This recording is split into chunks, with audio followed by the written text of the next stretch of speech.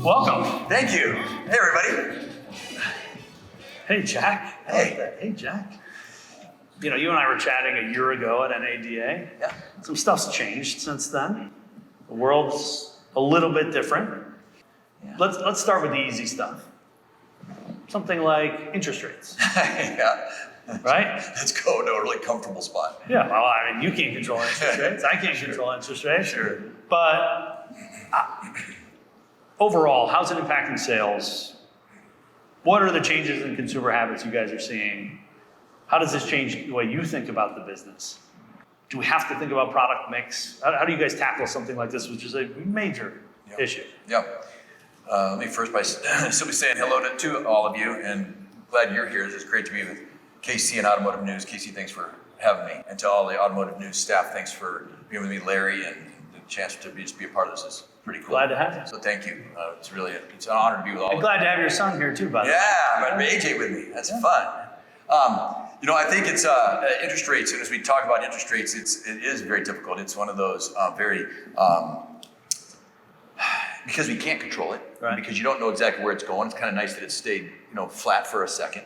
How has it affected us? Clearly, the atmosphere of leasing has been affected probably the most. It's reduced it across the industry, and even more so. I think in some things I read, it's probably affected us more so. But I think the interest rates, it's not so much just the interest rates, it's what it has said about economic outlook. Yeah. The idea that, all of you do such a great job. When we know where we're at, when we know things are flat, quite honestly, and I'm super biased and all this stuff up front, Toyota and Lexus will win. When we feel good when it's kind of steady. We think everything's steady right now. You talk about employment, steady, interest rates are steady. So what it was last year where there was kind of question mark to where it is today, it is a big difference in 12 months. I think where we are going is even better for the customer and for the dealer, because you're going to see whether flat or slightly decreases. I think that's what at least we're forecasting. Yep. And in seeing that, the confidence comes back, not just in what you can finance, but in the overall economic outlook. But with an election year, you never know what's going to happen, people yelling at each other and all that stuff. So we kind of think things will probably be pretty flat for the year. Exactly, right? When you start things start going flat, then you have something like an election year. Yeah. But when you think about leasing for 2024, that environment helps. Yep. Gives you guys a little more control. Yep. You see an increase for leasing for 2024? Absolutely. Okay. TFS and LFS for us, just an amazing partnership with Mark Templin and Scott Cook, Alec Hagee and their whole team. It's been great to partner with them. But if you look at just overall, because think about just incentive levels for the Toyota and Lexus brand have continued to stay very, very flat, very, very low. We will start to look at by models, especially at the Lexus lineup, of where we can really help the customer. Where is leasing needed most? And we will see that. But you'll see it throughout the industry grow, and for us, for sure. Yeah. There was a lot of commentary a year ago, maybe a year and a half, that maybe Toyota wasn't moving as quickly as they should around electric vehicles. And there was an insane amount of capital being pumped into EVs and manufacturing and battery manufacturing and the entire ecosystem. And Toyota just kind of said, listen, we've got our plan. We like to look at things a little further out. We're not as reliant on our share price. And you kind of stuck to your guns. And it seems like, someone could say that it's turned out all right for you guys. Talk a little bit about how you plan 2023. What happened with the mix, and then when you go into 24, has anything changed? Okay, you may have to cut me off on this. So you're fine. Just tell me which way you want to go. Yeah, tons of time. Because I think it's important to understand. And you can say I told you so if you want to a little bit. I'll just say I told, okay. Yeah. And I'll let the rest go. All right. Quite honestly, it's not about that. It's really about how did we get to 2023 in our strategy, and where are we at in 24 in our strategy, and where are we going in our strategy? And it's super simple. You mentioned NADA and the results of Lexus being number one, Toyota being number two in the relationship business. That's the reason why the strategy was set, is set, and will be set, is based upon what are our dealers telling us the customer wants. Our dealers are not telling us they want EV more than other things. They're telling us they want EV as a choice. Sure. They want plug-in hybrid as a choice. They want hybrids as a choice. In fact, they would like to have gas engines, but also had cleaner burning fuels. Those are where we're going. So it's not about us being slower to the market or faster to the market. It's at the market at the rate that the dealers continue to tell us. And I do think that's my concern for the whole industry, because are we really listening to the consumer's needs? Right. Consumers are right now, my opinion, our company's opinion, and I think that of the industry is saying, is that regulations are way out in front, way ahead of where the customer is at. That never works well for any industry. The customers have to lead. The regulations have to be able to protect them, not the other way. I think you got to tell some European countries about that. Well, and in fact, what you see on some of those European countries are they're finding out what is happening, or people just leaving the market, finding other modes of transportation, which maybe is what they wanted, buses or trains or whatever. I'm saying, if you listen to the customer always is right. It doesn't mean you can't be working with them and you can't adjust, but we have to listen to the customer. And that customer was telling us where to go. Yeah. And I think that's what I'm proud of. This year we increased, in 2023, we had an increase of 30% year over year in hybrid sales, over 650,000. We're really proud of that. We're over 25% of our sales are in hybrid. What's the right number going forward? I don't know, but EV has to be a strong portion, plug-in has to be a strong portion, and hybrid at minimum they have to be a strong portion. But what's the exact right mix? Yeah. The customer has to do that. We have to put that together and work together. So that's where I see this needs to go. And it's not a matter of I told you so. It's that we have stuck to that, to the customer and to our dealers, and that will be the strategy going forward. Just thinking back, it must have been a little nerve-wracking as everyone's going all in, worrying about getting left behind a little bit, and then everything switches so quickly. It's unbelievable. Okay, here's why I wasn't nervous. I can understand why it could be. I had an awesome experience. I get to sit with Akio Toyota. He was in the US and he wanted to go to a baseball game. Yeah. I'm your guy. So we go to the Texas Rangers baseball game, and in this conversation, he said, ask me anything, whatever. And I said, where do you think we're at on EV? Everybody else is saying we're behind, but where are you? He's like, well, I don't know if we're behind or ahead. How do you ever determine that? Okay? He said, Jack, I have to run a global company. I have to think about the options for every person on earth. How many vehicles do you think we're going to sell, electric vehicles we will sell this year or for the next 10 years in Africa? He said, I really don't know. He said, that'll be 0. I said, okay. I said, why? You don't spend a lot of time thinking about it? But think about that. Yeah. When he hit that, the reason of the confidence was he was saying 82% have electricity in their homes. There's still about 20% who don't even have electricity in their homes. Yeah. So how about India? He started going through this. He said, so I have to have an option for all of them. Europe has this thing, Scandinavia has this, China has this, North America has this. So the issue that we have to do is invest in all of these opportunities or options to make ourselves the best we can be for a customer anywhere.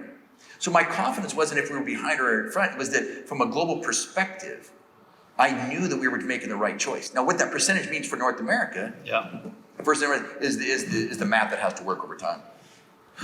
Okay, so with that context, when you think about 2024, and there's two parts to this question. One is, you said we got to have this powertrain, this powertrain, this powertrain. Which one's going to grow the most in 24? Where do you guys see growth opportunity? Hybrid. Which is always important. Hybrid, okay. And then do we care at all about... As a percentage, plug-in hybrid is because you're starting from a lower number. So by percentage, you'll see large growth in plug-in hybrid and then the hybrid by volume. And then do we care at all what the other manufacturers are doing from a volume standpoint? Do we care about being 1, 2, or 3? In what? Sales?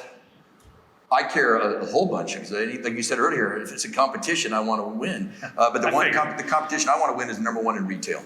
I want to be the number 1 retail manufacturer. We've been there for 12 years in a row. That will continue to be basically our one and only number metric goal, because that one is saying that the dealer is winning, that the retail sales, the customer one by one is getting the benefit of our focus. And that will be the number 1 goal. So yeah, I want to win that one every year.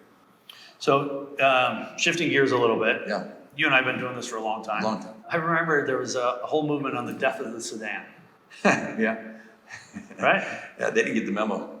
The sedans didn't get the memo. So do you see future sedan, low-cost alternative, volume player, other markets, still strong in this market? What are your thoughts? Well, I think give you one number. I think for this year, total market, we think it's about 16 million. About 25% of that, around 22 to 25%, based on last year, will be sedans. That's still upwards of 4 million vehicles, 4 million people. I will continue to say this. If every other brand wants to continue to leave the market, I will literally figure out a way with our company to sell all 4 million, because there's that many people who are buying them. Yeah. And the sedan, it can be a low cost, but it's more about what the customer wants, what is the best for them. And it's being chosen heavily. And if you look at it, it's not just low cost, it's just sedan desire, because there's many of the vehicles that we have in the industry have sedans that are still higher dollar. But having a range, which I'm proud of for our company, when you have a Corolla and a Prius and a Camry and had an Avalon, but now you have a Crown, or a Lexus IS or an ES or an LS, each one of those are like our hottest models. Every one of those models except for except for ES, has a 10-day supply or less. A 10-day supply or less. And if you have a hybrid model in one of those, it's 5 days or less. So that day supply of those vehicles is telling us that people are loving sedans and they're loving the hybrid engines in them. It's a little higher for some of the EVs right now. It's just a little. Just a little higher.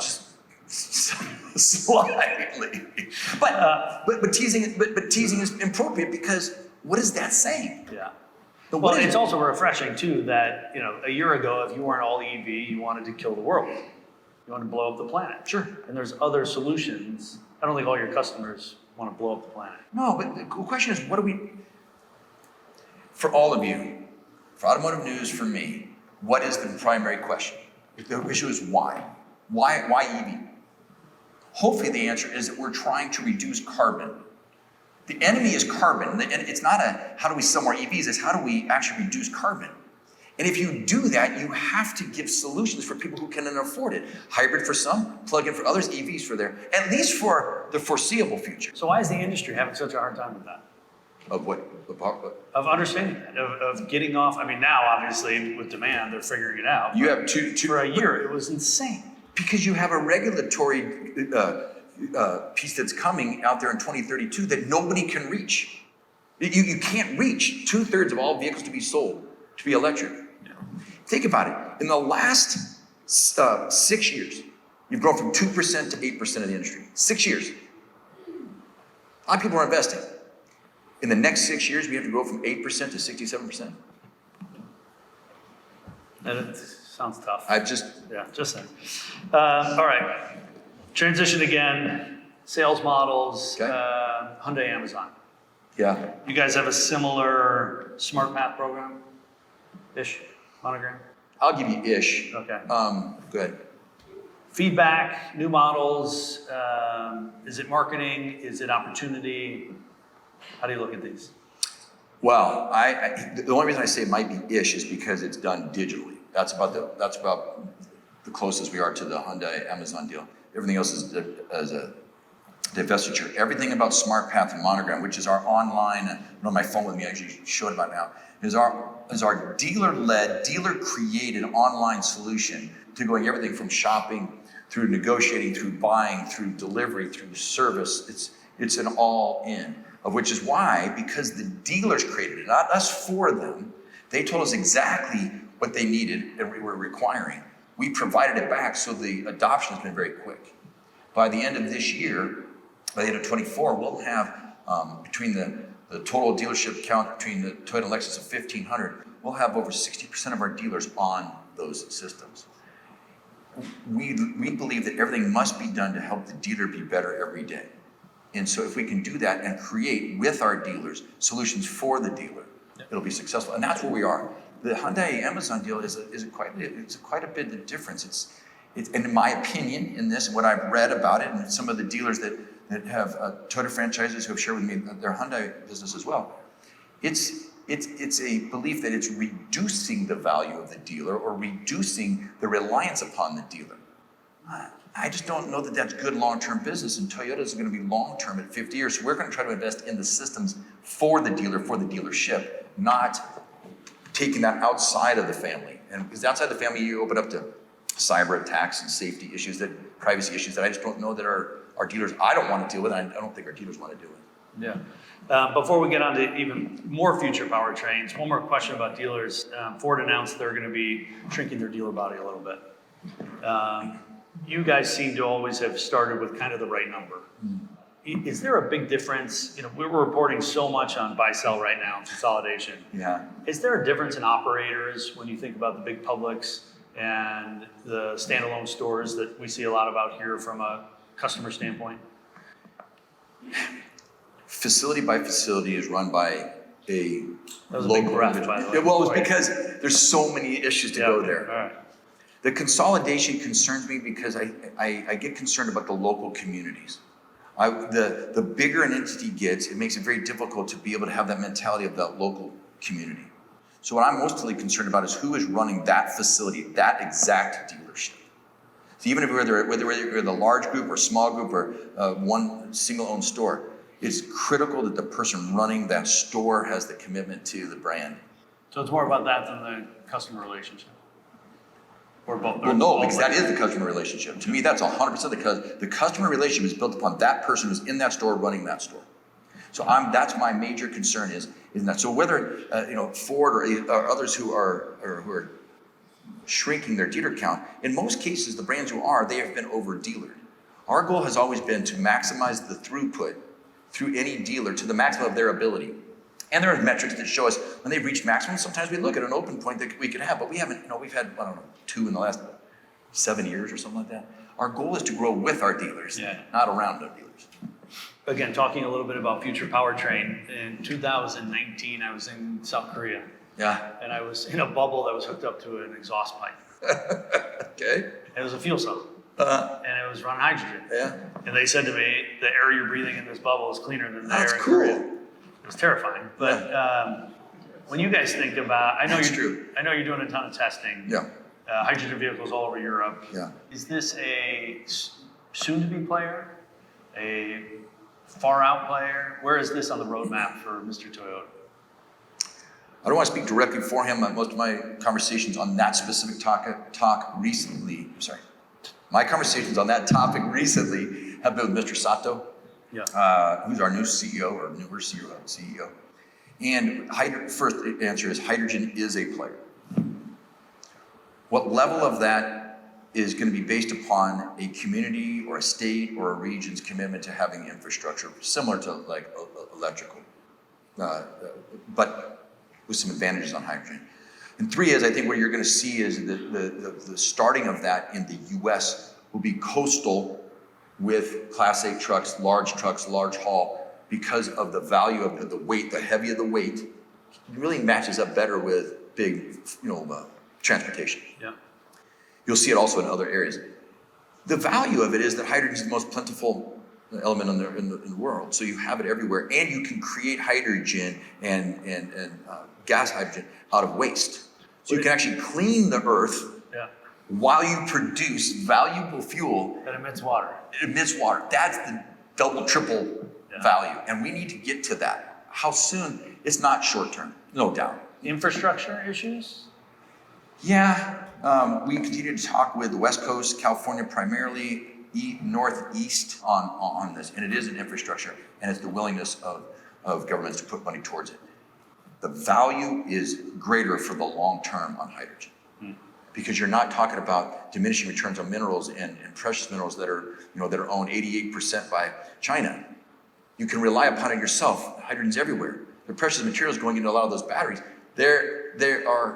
you're reliant on China. The question is, do you want to be reliant on China or not? Now, there are some reasons that you want to work together. Russia has some too, by the way. Russia, and there's some places that have some, but they have them. Who owns them?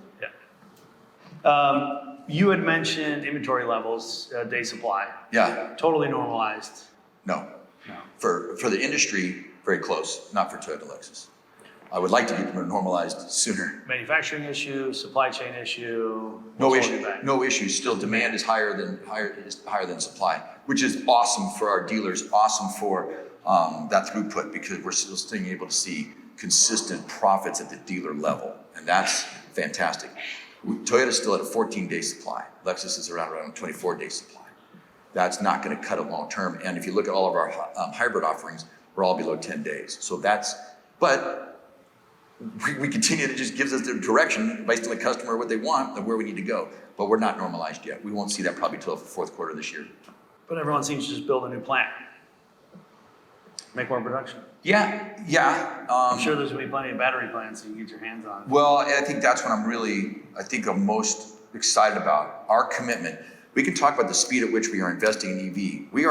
We believe we are speeding along. We are investing heavily. If you think $14 billion are being spent right now in North Carolina to create multiple lines, to create hybrid engines, plug-in hybrid engines, and all electric engines, that's a lot of dough. That's $14 billion with a B. Right now, one plant. That's our commitment. So I don't just think we're you guys. Too, just us. That's just Toyota. And if you look at that, I don't call that running behind anybody, in front of anybody, just with where you think the market is going. Again, long term. What are we going to do in 2040 and 2050? That's the investments being made, not just immediate for this year. But can we ship more product in? Yeah, To help us supply, yeah. we can. We're doing again back to is what we can get for the customer. We're trying to acquire.